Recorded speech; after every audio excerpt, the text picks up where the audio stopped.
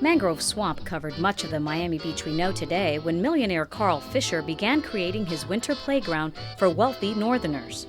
But even before Fisher began his renaissance that resulted in today's cosmopolitan Miami Beach, the city had already undergone various growing phases, quickly developing from an Indian trading post to an avocado and coconut farm. With the city of Miami across the Biscayne Bay already bustling with life, many entrepreneurs recognized the potential of Miami Beach as a residential boomtown. But it was thanks to Fisher's imagination and financing that Miami Beach would become a vacation wonderland, complete with hotels, casinos, and even polo grounds. By the time Miami Beach officially became a city in 1915, the longest wagon bridge in the world, the Collins Bridge, had been built connecting the city with Miami across the bay. Sand-bottom dredging further expanded the city, culminating in the 7.5 square mile barrier island that is located between Biscayne Bay to the west and the warm Atlantic Ocean to the east. With an average daily temperature of 82 degrees Fahrenheit in the summer and 70 degrees in the winter, visitors from across the world have been coming to our pristine beaches and white sands for almost a century. In fact, Miami Beach is one of only a handful of U.S. cities that has never recorded snow or snow flurries in modern weather tracking history, except for the occasional snow trucked in for the city's kids during the holidays, and yes, it does melt pretty quickly. The great boom of the 1920s would see enormous growth, while during the Depression, new groups from the Northeast, mostly Jewish, would move to Miami Beach and build many small hotels with stark modern lines along Lower Collins Avenue and Ocean Drive. This building boom helped bring the area out of the Depression, and 40 years later, that area of Miami Beach would become the famous Art Deco District, known the world over as South Beach or SoBe, encompassing the world's largest collection of Art Deco buildings and one of 3 districts in the city on the National Register of Historic Places.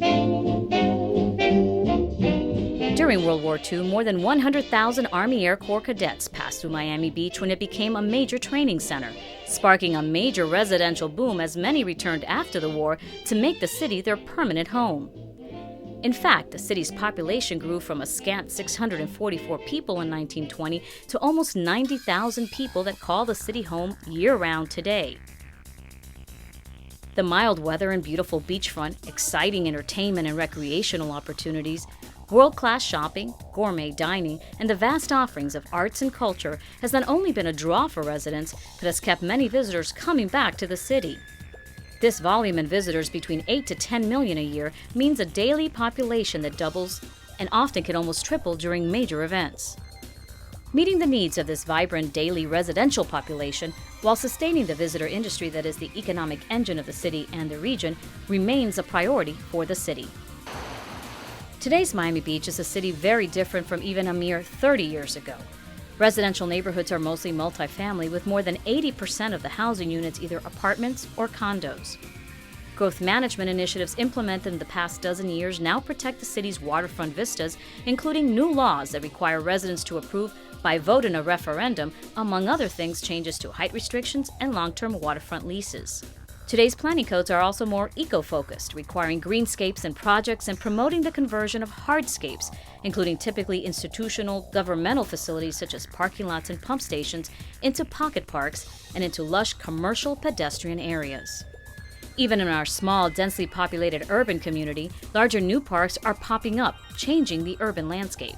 In fact, improving the city's canopy is front and center, with reforestation efforts well underway under the guidance of the city's full-time urban forester. Part of his team's efforts includes educating our residents on native plant species.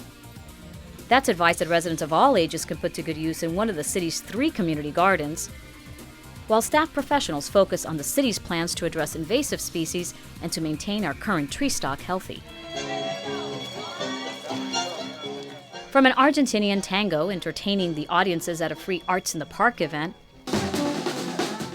to the sounds of the Afro Roots Music Festival, the city celebrates the many cultures that make this one of the most diverse cities in the country, where more than half the residents' first language is one other than English. A Hispanic Heritage Festival and Gay Pride Parade are 2 of the many events supported by the city each year. Other resident perks include free admission to the Bass Museum of Art, the Wolfsonian FIU Museum, and the Jewish Museum of Florida, and resident discounts to the Miami City Ballet, Sobe Wine and Food Festival, and Fillmore Miami Beach, among others. Free movies in the park and arts in the park are provided through the city and offer diverse programming from Shakespeare to the sounds of jazz.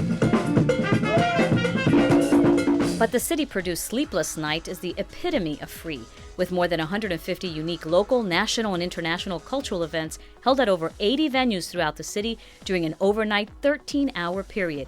Quite the all-nighter. And the ever-growing Art in Public Places program brings free art to the masses while enhancing our streetscapes, parks, and other natural environments. The city has a well-established special events process that further supports and promotes cultural offerings, such as the internationally renowned Art Basel Miami Beach, as well as a variety of international film and arts festivals, including the Art Deco weekend that promotes our preservation efforts. And preservation efforts remain at the forefront of the city's priorities, ensuring that the city's legacy continues.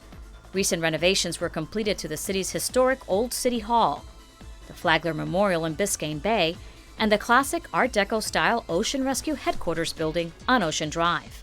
But strict city codes and a historic preservation board that serves as the city's guardians of our history ensure a continued focus on preservation of private historic buildings. Preserving our natural environment is also a priority for the city for many reasons, and our approach forms the basis for the city's adopted and comprehensive sustainability plan.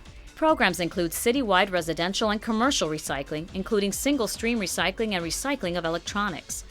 These efforts complement others, such as the city-sponsored Green Lodging Conference, green building legislation that is now in city code, and a citywide energy audit that is identifying not only financial savings, but improvements to address our environmental footprint.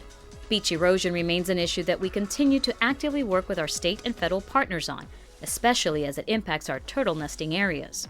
And traffic remains an issue in such a narrow, densely populated city.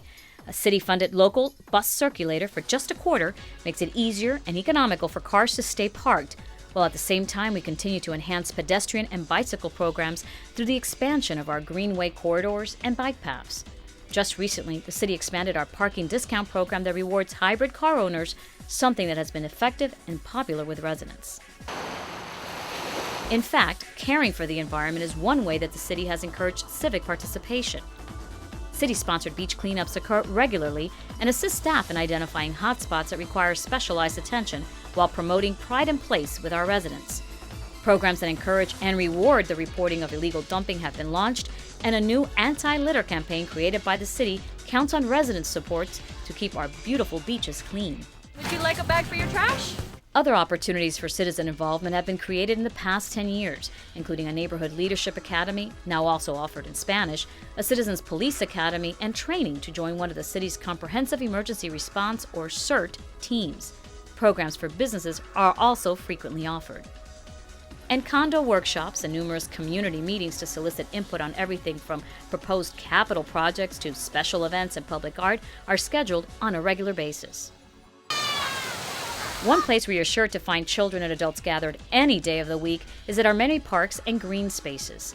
Our Parks Department is accredited by the Commission for Accreditation of Parks and Recreation Agencies, one of less than 100 parks and recreation departments in the United States, to earn this prestigious certification that acknowledges compliance with more than 150 best practice standards. From pools to tot lots and bark parks to providing programs like gymnastics, hip-hop, dancing, wrestling, and bowling for special needs populations, the city's Park and Recreation Department manages more than 30 parks and develops and implements a variety of programs to meet the needs of a dynamic and health-conscious community with an average age that has trended lower in the past 10 years, even offering ice hockey within walking distance to the beach.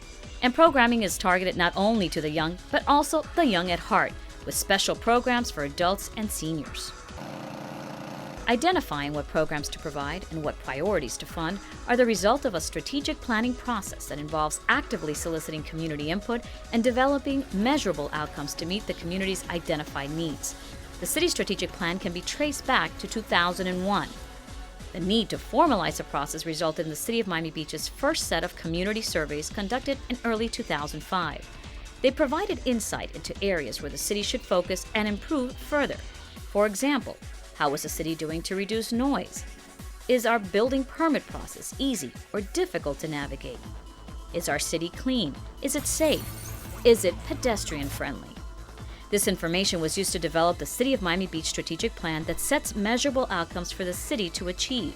Beginning with the fiscal year 2005-06 budget, the city implemented a new process for allocating its resources based on the strategic plan, ensuring that funding decisions had a direct linkage to addressing an identified priority. Each annual city budget is now directly linked to our strategic plan, with funding tied to a defined set of vision linkages. And we continue to listen on a regular basis.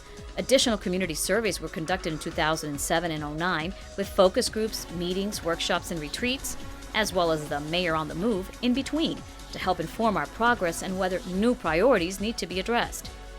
Some improvements in meeting our objectives are easily measurable. A Florida Sterling Challenge and American Society for Quality finalist, the city's cleanliness assessment process uses a research-driven approach to allocate resources to address cleanliness in the city, while others, such as improving our 80-plus-year-old infrastructure, remain ongoing efforts. But overall, our residents have consistently and in increasing numbers told us that they rate their quality of life as excellent or good, with a growing number saying that the city of Miami Beach is an excellent place to live, work, and play.